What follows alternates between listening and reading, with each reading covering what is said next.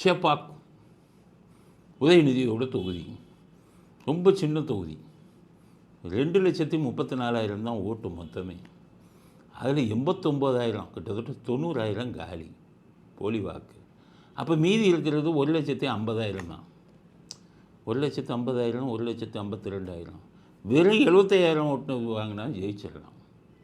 அப்போ நம்ம நிலைமை என்ன ஆகும்னு பயம் சின்ன துணை முதல்வருக்கும் வந்து விட்டதாம்.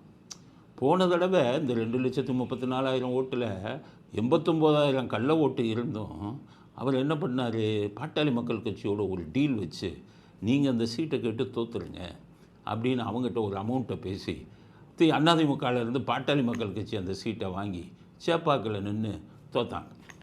இந்த தடவை அதிமுக பாஜக நிற்பாங்க, விஜய் வர நிற்கிறாரு. அப்போ இந்த 1,80,000 ஓட்டு இருக்க, இந்த 1,80,000த்தில் மூணாக பிரிஞ்சதுன்னா உதயநிதிக்கு கிடைக்க போகிறது எவ்வளோ ஓட்டு? அதனால் இங்கே நின்னால் தோல்வி உறுதி. தாத்தா காலத்திலேருந்து நின்ன தொகுதி. தாத்தா சேப்பாக்கும்பார். இந்த 89,000 ஓட்டை வச்சு தான் சொல்லியிருக்காரு. அதுக்கப்புறம் பேரன் போய் அங்கே பிடிச்சார். 89,000 இருந்தால் அவங்களுக்கு நம்பிக்கை வரல. பாட்டாளி மக்கள் கட்சியிட்ட பணத்தை கொடுத்து சீட்டை வாங்க சொல்லி இப்படி தான் ஜெயித்தாங்க. அதனால் இளையவர்னு சொல்லக்கூடாது, எம்ஜிஆருக்குரிய பட்டம். சின்னவர்னு சொல்லக்கூடாது, எம்ஜிஆருக்கு தான் சின்னவர்னு பட்டம்.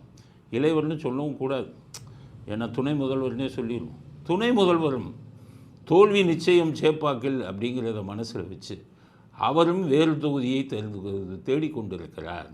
எந்த தொகுதியை தேடினாலும் இடிக்குது. எல்லா இடமும் போயிடுச்சே லட்சக்கணக்கில். சென்னையில் எங்கேயுமே நிற்க முடியாது.